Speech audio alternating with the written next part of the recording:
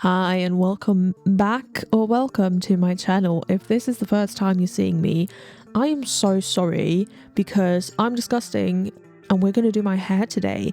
As you can see, I have some red ghost roots going on. I've had them for about 5 months at this point and I'm getting tired of them, so we're going to get rid of them today because the red washes out way too quickly. As you can see, there is some awful banding because my natural hair color is pretty dark brown, nearly black, so I have to bleach it and then dye it. And especially with red, if you've ever had like bright red hair, you know it washes out super quickly, and I just don't like how it ends up looking when it washes out. So I dug up everything that I had in my hair dye cabinet because I used to dye my hair so fucking much.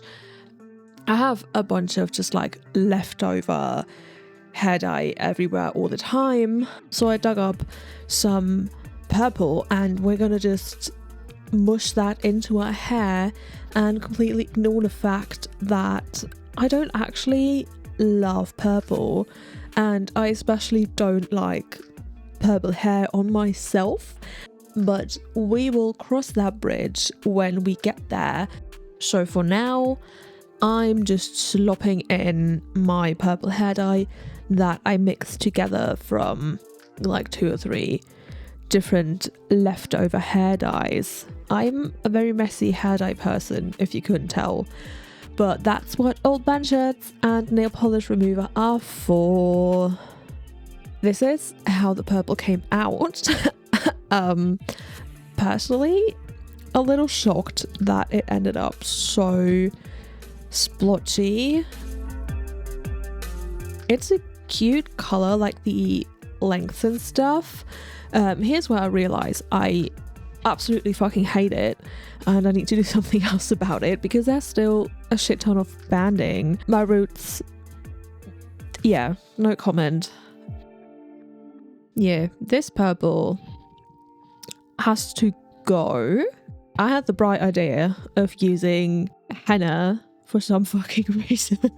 I don't know, I just wanted to use henna, I guess, because I've been dyeing my hair for like 13 years, maybe even longer at this point, and just never used henna.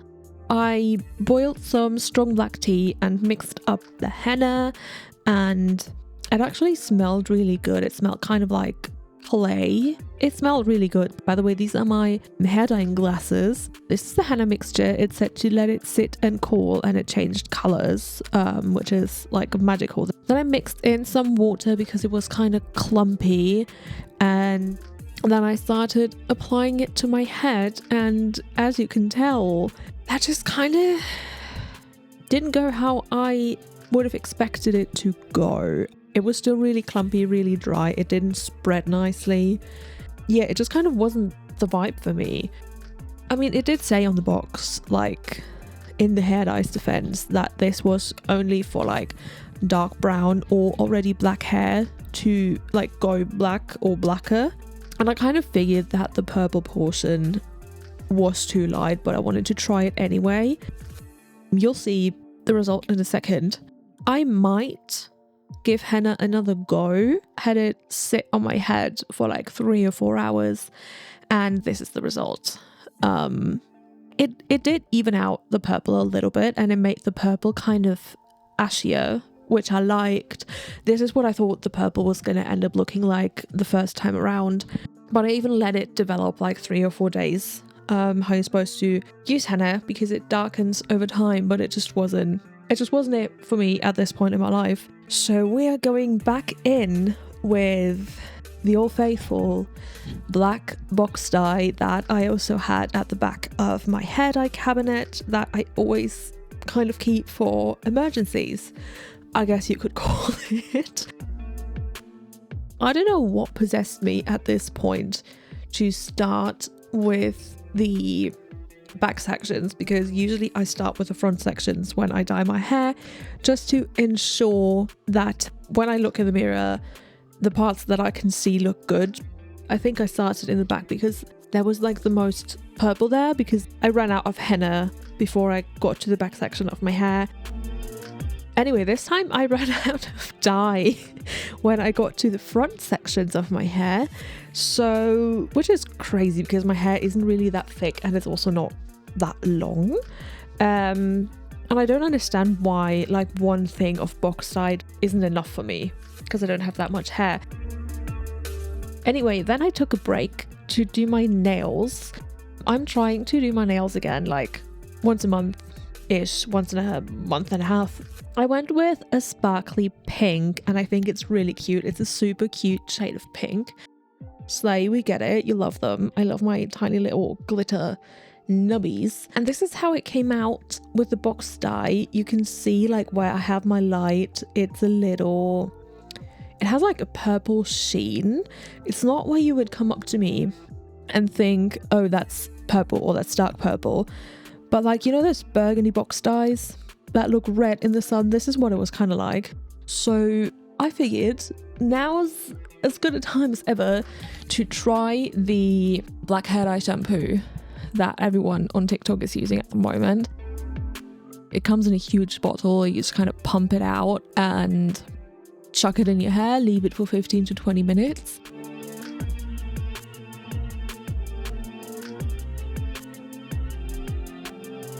And this is how it came out, and I am very impressed. There's still some like tiny little kind of highlights. It looks like I'm going grey a little bit, which unfortunately I'm not, even though it runs in my family. My mum and my sister have like, my mum had an insane amount of greys when she was in her 20s, and my sister now has an insane amount of greys, and it's just like, I don't have that gene apparently, but I love grey hair, so womp womp.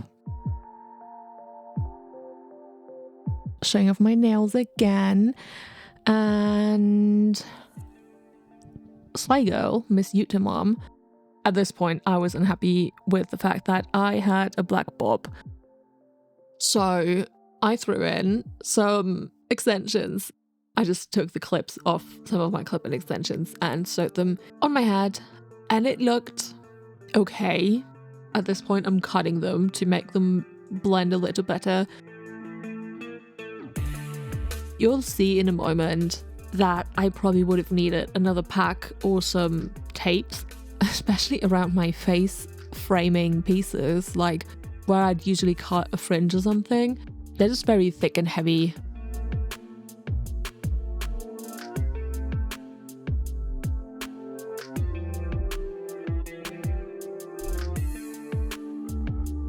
This is it styled, and on this video it does look pretty nice. I promise you, in real life it was thin and scraggly, even worse than this. And here I'm just trying to convince myself that I like it, and I don't think it looks that bad with the front pieces tucked behind my ear.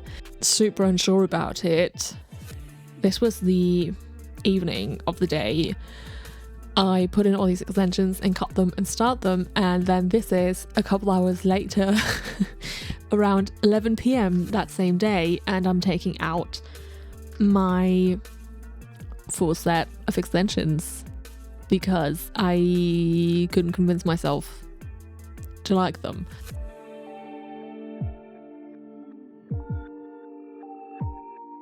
So all that work was kind of for nothing. But I did also start using rosemary water. I don't know if it does anything yet, but you spray it on your head twice a day, and that would have been really annoying to do with extensions, I feel like, especially because it, like, you're supposed to only put it on your scalp, actually, not your hair, because it dries out your ends, and extensions are really prone to like just being dry, period. So maybe now is not the time to have extensions if I'm doing my rosemary water stuff. And who knows, maybe in like 3 months time I won't need extensions anymore because the rosemary water is going to make my hair grow so much, and it's going to be so long and thick and luscious.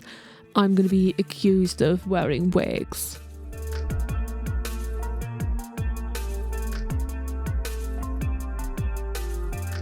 Overall though, I did like the hand-tied extension experience. It really wasn't that hard. They were also quite easy to remove, but I was so pissed at myself that I just wasted an entire day doing my hair, then undoing my hair, and then I went to sleep from here on out.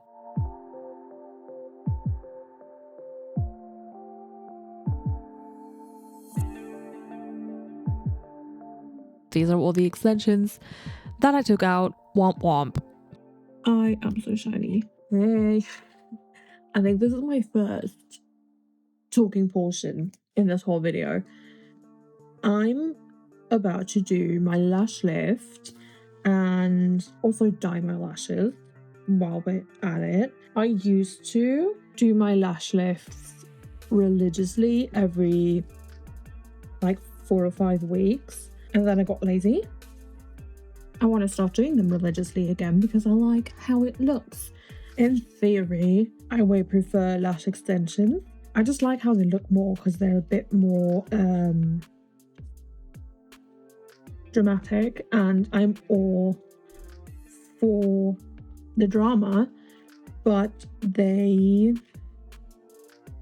I just don't think that they look good on me, probably because I don't have a lot of eyebrow to kind of balance it out, and I also don't wear makeup regularly at all. At the moment, I really only wear makeup when I film, so I don't see the point in torturing myself with false lashes that are on the entire time, even when I don't film. And yeah, like I said, I just don't think that they look that great on me personally. I'm also not, even when I wear makeup, I'm also not a false lash girly. This is not a tutorial, by the way. I don't know why I always decide to start filming something at probably the worst time, because I decided I want to start vlogging, kind of. So this is my entry to this, I guess. Maybe. I don't fucking know. Vlogs are probably my favorite types of videos to watch myself. So in my brain, it only makes sense that I would also make the videos that I like watching. The thing is, with vlogs, I don't do shit. Like, doing this lash lift is quite possibly the highlight of my entire weekend, maybe even my entire upcoming week.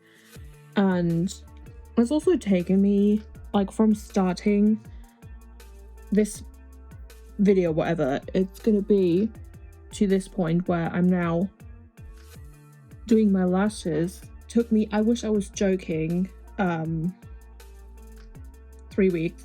whole weeks, because it takes me forever to motivate myself to do these like beauty maintenance things, just because they are a lot of effort. So I admire anyone who, you know, does like weekly maintenance things, a bunch of beauty stuff in one day, because it's, for me personally, it's a lot. And it takes a lot of energy for me, and as you can tell, all my concentration. I swear to God, this better stick. I think really the part I hate the most about doing lash lifts is sticking these fucking pads on. They never want to stay. And I don't even know why. I hate this glue. I just opened a new kit. This is the first time I'm using this glue and I hate it. I take it back. I love this glue. I had to cut out a lot of these clips because I realized you couldn't see anything, because I was just staring in the mirror, because I'm pretty blind without my glasses, and you would have just been like this staring at my backdrop. But these are the finished lashes after my lash lift, and even on their own, they're so cute, they're so pretty. I love a fresh lash lift, but I also dyed them, and I also dyed my eyebrows a little bit as well. You just mix these two components together, slather it on, leave it for like 10 minutes, and then wipe it off. And this is the finished, oh, this is not the finished result, this is it with the dye on. This is the finished result. So cute. Nothing in this world makes me feel more cunt than a freshly done lash lift. Slay. I need to clean up all this dye that's left on my skin, but I think it's still cute with glasses on. I love lash lift.